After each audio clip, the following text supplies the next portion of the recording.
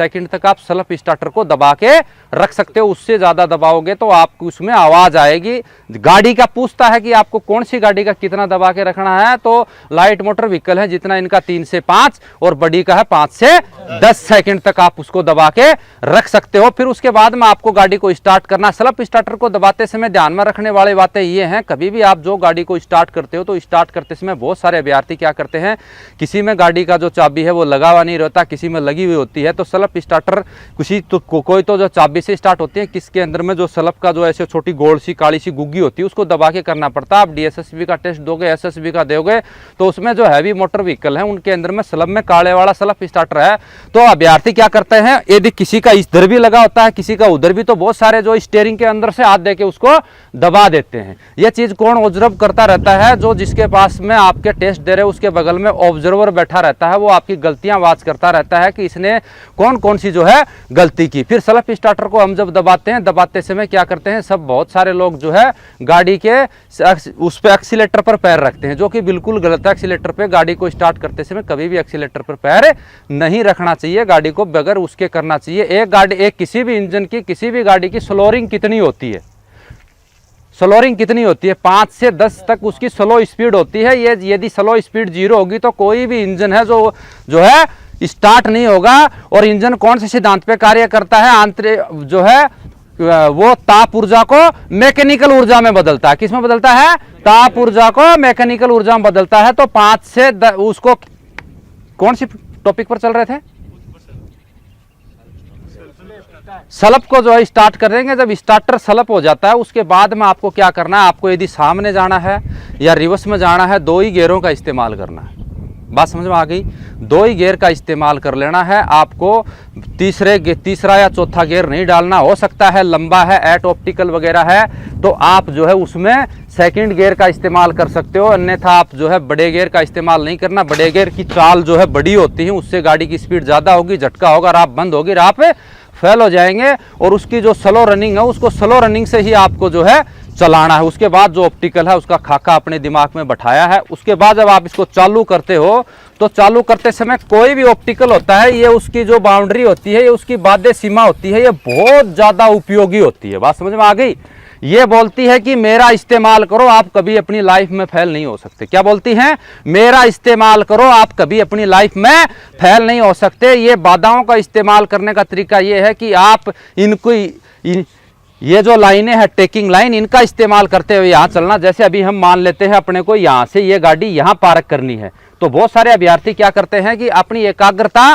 बढ़ाने के लिए आपको क्या करना है कि ये जो 90% आप जिस तरफ पार्क कर रहे हो गाड़ी, उसी तरफ के मिरर में ज्यादा देखना है। बगल वाले मिरर में आपको बहुत ही कम देखना है, क्योंकि आप बार बार अपनी आंखों की दृष्टि लेफ्ट और राइट मिरर में लेके जाओगी तो आपकी आंखों की जो एकाग्रता टूट जाएगी। उदाहरण के तौर पे आप लिख सकते हो, यदि रोशनी से अंधेरे में आते हैं तो अपने को बहुत ही कम दिखाई देता है। उसका कारण यह है कि आंख की पुतली को सुमटने में टाइम लगता है, इसलिए जो ये मिरर हैं ये उल्टे होते हैं, बीच से उभरे हुए होते हैं, ये पीछे की चीज को नजदीक दिखाते हैं। आप अनुमान लगा लीजिए, एक बार आप राइट मिरर में देख रहे हो फिर लेफ्ट में देखते हो तो अपने को कुछ समय जो है उसके उस पे अपनी एकाग्रता करेंगे तभी अपने को दिखाई देता है। बस समझ में आ गया। तो आपको जिस तरफ आपको टेस्ट देना है, यहां देना है, तो आपको इस मिरर में ही ज्यादा देखना है, इस मिरर में आपको बिल्कुल नहीं देखना। उदाहरण के तौर पे मैं बोलता हूं कि ये जो रोड है और ये रोड के बीच में सफेद सफेद जो है पट्टी कटी हुई है, और ये चिड़ावा से कहां जा रही है, सिंघाना जा रही है। बात समझ में आ गया, चिड़ावा से कहां जा रही है, सिंघाना जा रही है। ये रोड के बीच में कटी हुई सफेद सफेद लाइनों का क्या मतलब, ऐसे कटी हुई लाइनों का मतलब कि आप ओवरटेक कर सकते हो, ये सिंगल वे रोड है। तो ये लाइन बोलती है कि ये छोर जब आप पकड़ लोगे तो आप सीधा कहां चले जाओगे, कहां चले जाओगे, चिड़ावा चले जाओगे, ठीक है। और आप ये छोर पकड़ के और चिड़ावा जा सकते हो, एक्सीडेंट हो जाएगी। अरे बात समझ गए, एक्सीडेंट हो जाएगी। इस छोर का इस्तेमाल हमें तभी करना है तब आगे वाली गाड़ी को क्रॉस करना है। इसी प्रकार से आपको 90% आप यहीं चलते रहिए, आप बेझिझक चिड़ावा पहुंच जाओगे, कोई एक्सीडेंट नहीं होगा। आपको जल्दी है, सामने वाहन है तब क्रॉस करके इस छोर का इस्तेमाल करके फिर यहाँ पे आ जाओ। इसी प्रकार से आपको जो ये मिरर है, जिस तरफ आप पार्क कर रहे हो, इस मिरर को 90% देखना है। आपको जजमेंट लेने के लिए इस लाइन को बहुत ही कम देखना है, 10% इस मिरर को देखना है। उदाहरण के तौर पे जब हम यहाँ साइड अटैकिंग करते हैं तभी इसको देखते हैं, अन्यथा अपने को ध्यान कहाँ रखना है, इसी लाइन के अनुसार चलते हैं। तो दोस्तों मैं बता देता हूं आपको ज्यादा से ज्यादा ध्यान, यदि यहाँ लेफ्ट साइड मतलब लेफ्ट साइड में आपको पार्किंग करना तो आपका पूरा ध्यान कहाँ होना चाहिए, इसी मिरर के ऊपर में आपका जो है ध्यान होना चाहिए। बस समझ में आ गया। यहां से जब आप यहां लेके आते हो, इस लाइन को आप 1 से और 1.5 फुट का फासला रखना। आपको ये जो टायर हैं 1 से 1.5 फुट का फासला रखना है। छोटी गाड़ियां हैं, छोटी गाड़ियों का ड्राइविंग टेस्ट देना और बड़ी गाड़ियों का ड्राइविंग टेस्ट देने में अंतर यह है कि छोटी गाड़ियों का ड्राइविंग टेस्ट काफी हार्ड होता है, बड़ी गाड़ी का ड्राइविंग टेस्ट हार्ड नहीं होता। कोई बता सकता है इसका कोई 5 कारण? मैं बता देता हूं। कारण नंबर 1, छोटी गाड़ी का जो है स्लोरिंग, उसकी जो पिकअप है वो बहुत ज्यादा होती है, बाधा में चलाना पड़ता है, तो उसके ऊपर कंट्रोल हमें ज्यादा करना पड़ेगा। दूसरा, उसके टायर क्या होते हैं, छोटे होते हैं और हम सीट के बिल्कुल नीचे बैठते हैं तो पीछे का प्रतिबिंब हमें बहुत कम दिखाई देता है। बात समझ में आ गया। और उसके अंदर में जो मिरर लगे हुए हैं वो मिरर भी क्या होते हैं, छोटे होते हैं। बात समझ में आ गया।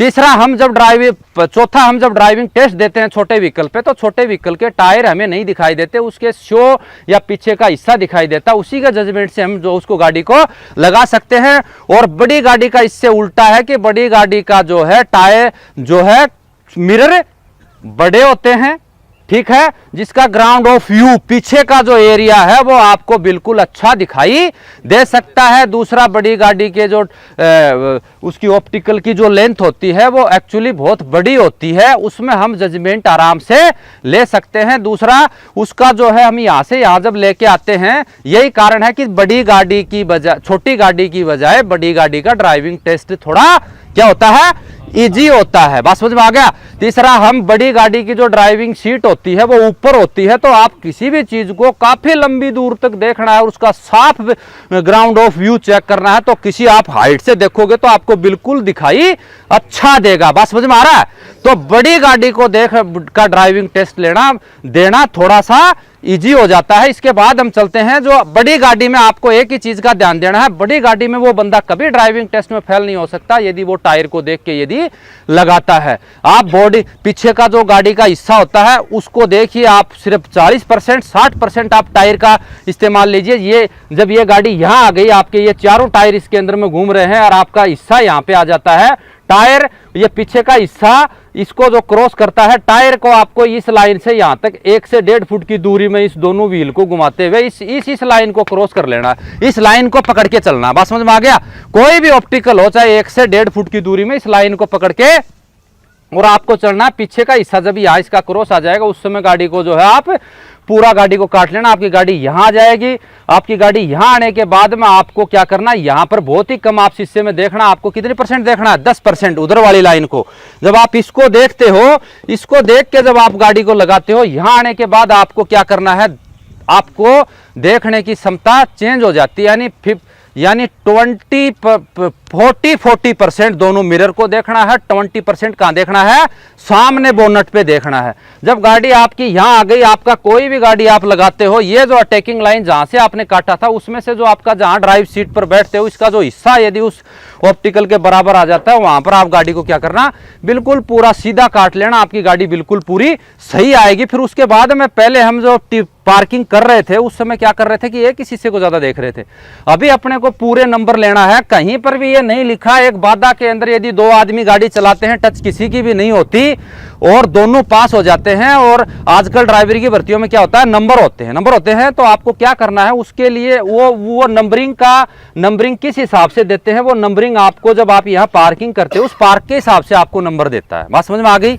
अभी इसकी मैं कहानी आपको बताऊंगा। जब आपकी गाड़ी यहां आ गई, आपने सीधा कर लिया, मेरी गाड़ी थोड़ी इधर है, मेरा जो है राइट साइड की तरफ मेरी 4 से 5 फुट की दूरी बची हुई है। इससे मेरी दूरी कहां बची हुई है, मात्र 2 फुट की दूरी बची हुई है। तो गाड़ी थोड़ा आप पीछे से देखेंगे तो ये बोल रहा है कि इसको जजमेंट नहीं है, ड्राइवर का अपने व्हीकल पर कंट्रोल नहीं है, दी हुई हदों के सेंटर में नहीं लगा पा रहा है, तो इसका मतलब इसको ड्राइव क्या आती है, कम आती है। बात समझ में आ गया। वो उसको ये चीज माइंड कर जाएगी और वो क्या करना है कि वो आपको उसी हिसाब से नंबर देंगे और आप इसी क्रम को दोहराते हुए और आप गाड़ी यहां खड़ी कर देते हो, यहाँ 3 फुट की जगह छोड़ रहे, यहाँ पर आप 2 फुट की जगह छोड़ रहे हो और यहाँ पर 4 फुट की जगह छोड़ रहे हो। आप खुद देख लो ये भद्दा लगता है कि या नहीं लगता। आप खुद अपना जो है जज बन जाना। जब आप तैयारी करते हो बड्डी में रहो, दूसरे से पूछो कि मैंने क्या गलती की है, मैं उसको दोहराऊं कैसे, मैं उसको सही कैसे करूं। बात समझ में आ गया। ये चीज आप जब ध्यान में दोगे, यहां से अपने को करना क्या है, जब हम गाड़ी को ले जाते हैं वही मिरर है, अपने लेफ्ट और राइट दोनों मिरर थे। ये ड्राइवरी के अंदर में आप एक बाधा को पार करते हुए, जब पार करते हो ड्राइव करते समय, हर अगली बाधा पे उसका जो रूल है वो बिल्कुल चेंज हो जाता है। उदाहरण के तौर पे मैं बता देता हूं, हम सीधी जब गाड़ी चलाते हैं तो उस समय सबसे ज्यादा इस्तेमाल किसका करते हैं, एक्सीलेटर का इस्तेमाल करते हैं। फिर उसके बाद में किसका इस्तेमाल करते हैं, ब्रेक का। फिर उसके बाद में किसका, क्लच का। और ड्राइविंग ऑप्टिकल में यदि गाड़ी चलाते हैं तो उसमें बोलते हैं कि आंख से बिल्कुल आप अंधे हो, आपको पीछे देख के चलाना है। आपकी आंखें क्या है, दोनों मिरर, ठीक है। सीधी रोड पे चलाते समय बोलते हैं कि ध्यान कहां रखना, सीधे पे। और इसमें बोलता है कि सामने आंख से अंधे हो, आपकी आंखें हैं दोनों साइड के मिरर, उल्टा हो गया।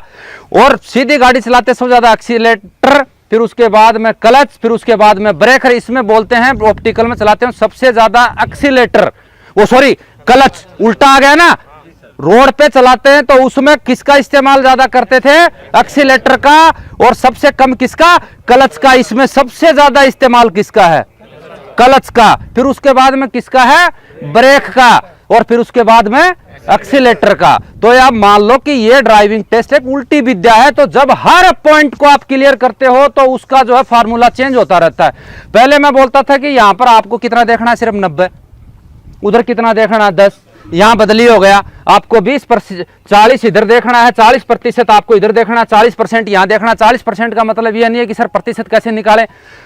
इस मिरर का जजमेंट भी लिया, उसका भी लिया, इसका भी लिया, बोनेट पे भी देखा। उदाहरण के तौर पर जब यहाँ 40% दोनों तरफ देखेंगे तो मेरी गाड़ी इधर है, तो यहां से काटते काटते मैं इसको कहां लेके आ जाऊंगा, गाड़ी को यहां सेंटर में लेके आ जाऊंगा। तो उदाहरण के तौर पर जब एक आदमी इस तरफ अपने बाईं तरफ देख रहा है, अपनी दाहिनी तरफ देख रहा है, और वो पीछे को मूव करेगा तो वो चाहे बिल्कुल पीछे मूव कर जाओ, उसको बिल्कुल नहीं दिखाई देगा, नहीं देगा ना। और सामने देखता हुआ यदि उसके एक कदम भी तिरछे होंगे तो उसको पता चल जाएगा कि मैं लेफ्ट जा रहा हूं और या राइट जा रहा हूं। जब भी आप गाड़ी पार्किंग करते हो तो 40% राइट साइड के मिरर को देखो, 40% लेफ्ट साइड के मिरर को देखो, और 20% अपनी बोनेट की तरफ सामने देखना गाड़ी को कि मेरी गाड़ी तिरछी जा रही है या सीधी जा रही है। और ये जो अटैकिंग लाइन है, इन लाइनों को हमेशा ध्यान में रखते हुए आप गाड़ी को बिल्कुल सेंटर में लगाओगे। सेंटर में लगाओगे तो जो आपका टेस्ट